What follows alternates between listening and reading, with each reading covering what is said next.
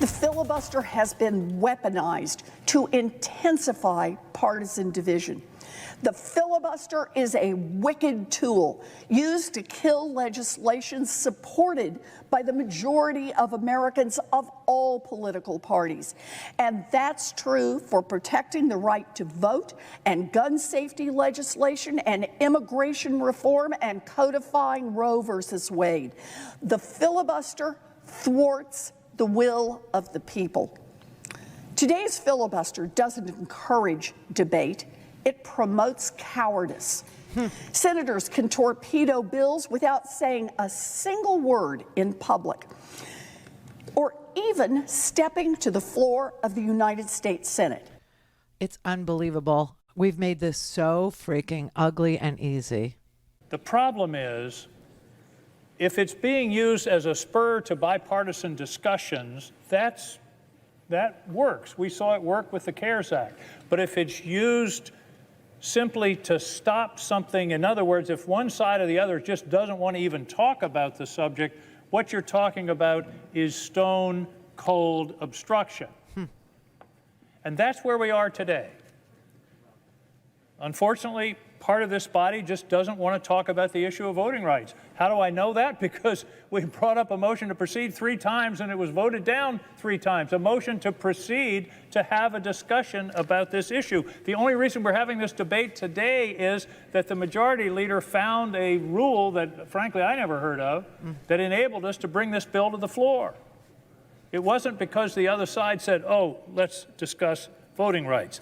What we have now, Mr. President, is not a filibuster. It's a second cousin once removed of a filibuster. It doesn't require any effort. It doesn't require any speeches. It doesn't require to hold the floor. All it is a dial-in, no-work filibuster. Strom Thurmond would have loved this filibuster. He wouldn't have had to stand here for 24 hours. And I'd venture to say if we had the rules that we have today, we wouldn't have the Voting Rights Act and the Civil Rights Act, because it was too easy to stop anything. That's the problem. We don't really have a filibuster. The real radical change in the filibuster rule was in 1975, when they wanted to go from 2/3 of those present voting to 60 votes, but inadvertently we created the no-effort filibuster. And that's what we have now. I would submit that a talking filibuster, which is what we're going to be proposing in a few minutes, would be the real spur to bipartisanship, because everybody would want to get it over with. Joe Manchin said he was for the talking filibuster. I played you that little clip of Joe Manchin saying he was for the talking filibuster. But then when the rubber met the road, he was a no. No, he wasn't for the talking filibuster. This is a cowardly, sycophantic, threatened Republican Party. You know what's crazy? Yesterday during the press conference, Biden actually said that he hears from Republican members of the Senate, and they want to vote for voting rights. They want to, they want to create an environment that is very democratic. They aren't against it, blah, blah, blah. But they feel threatened. They feel threatened by a person who isn't even in any official office or possesses any official power any longer.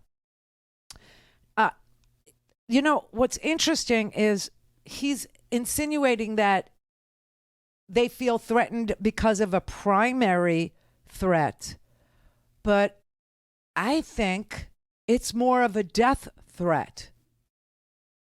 I think what they're afraid of in the GOP is that it has gone so far that the monster that Donnie, hi Texas, that Donnie created is so out of control and so violent that Donnie can literally push a button and activate them, and they will come and kill you.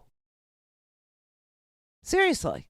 Think about, did you ever think that one man out of office could intimidate an entire party where they're unwilling to take any vote contrary to what he thinks should be taken for fear of being defeated in a primary? I've had 5 Republican senators talk to me, bump into me, quote unquote, or sit with me, who've told me that they agree with whatever I'm talking about for them to do. But Joe, if I do it, I'm going to defeat it in a primary. We got to break that. I don't think they're so afraid of the primary as much as they are afraid of death threats, as much as they are afraid of hang Mike Pence type stuff, as much as they're afraid of pitchforks and torches, cheeky and otherwise, and white extremism and violence. That has all been countenanced and encouraged by Donnie. I really believe that that is the kind of mob boss Donnie is. I really believe that they're afraid of death. They're afraid their families will be killed or targeted. They're afraid that their children will be kidnapped because that is what they've seen in Michigan. That is what they see against, people who stand up to Donnie. Hang Mike Pence, regardless of party affiliation. It's more of a mob boss thing than it is a Republican Democratic thing. It's more of a, hey, the people are going to ask us for stuff that we don't want to give them because we want all the money for ourselves. So let's create chaos in the masses. Let's just create chaotic situations for voting and long lines for voting and chaos in, COVID response and chaos with, vaccines and chaos in information and disinformation. And let's just turn the people inside out and upside down. Let's never be honest with them. Let's confuse them. Let's create chaos. Because in chaos, we can steal all their money. All their money. Otherwise, they're going to come and they're going to ask for things like rights. They're going to come and they're going to ask for things like wages. They're going to come and they're going to ask to unionize. They're going to come and they're going to ask for health care. They're going to come and they're going to ask for, immigration reform. And we don't feel like doing any of that. The chaos is what, the culture wars is how we win. We're not for anything. We just like to point at people and tell them who to blame and keep them resentful and angry and at each other. And that's not by color. It's not by... We're all black now. I've been telling you that for a couple of years now. We're all black now. You understand that. Anybody who works for a living, you are as ill-regarded in the Republican Party as any African American, as any Latino, as any Asian, as any Jew. We're all the same now to them. And the sooner we realize that, the more efficacious we will be. They like us one against the other because, a house divided can't stand. A 3-legged stool, it doesn't work. Nick in West Virginia. Yes. I'd like to make a comment. I was reading the Charleston Gazette.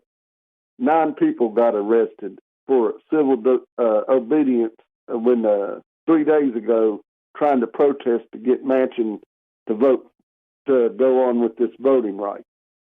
I believe we need to march in the streets like they did in the civil rights days. Here's the second thing that needs to be done, which people don't realize is what's happening. I'm a white man, but I think the black and brown people, we're getting more of them in this country. Eventually, the white man ain't going to have the power no more. And we're going to have to accept that. And that's just the way it is. But we got these people like Joe Manchin and these hillbillies from my state that ain't got no common sense, that don't see past tomorrow. They rule against their own best interest because of race. And it's a shame. It is a shame because you know what's going to happen, Nick? No one's going to have power. No working man, no working woman, no single father, no single mother, no child. No one is going to have power except for the powerful. That is the sad truth about why they exploit race in the first place. It's a useful culture war tool, but there's no difference between our hopes and dreams and anybody else's. Exactly. I'd like to make another comment. And they pit us against each other. You know that. But I think with this great resignation that went on during the pandemic, I think everybody's starting to wake up. I hope so. Oh, my God. From your mouth to God's ears. Seriously, how can I help? How can I help you in West Virginia? How can I help? This one set upon the other, it ain't working. Don't have time to listen to the live show? Want to hear more on your schedule? Go to randyrhodes.com and buy a stinking podcast.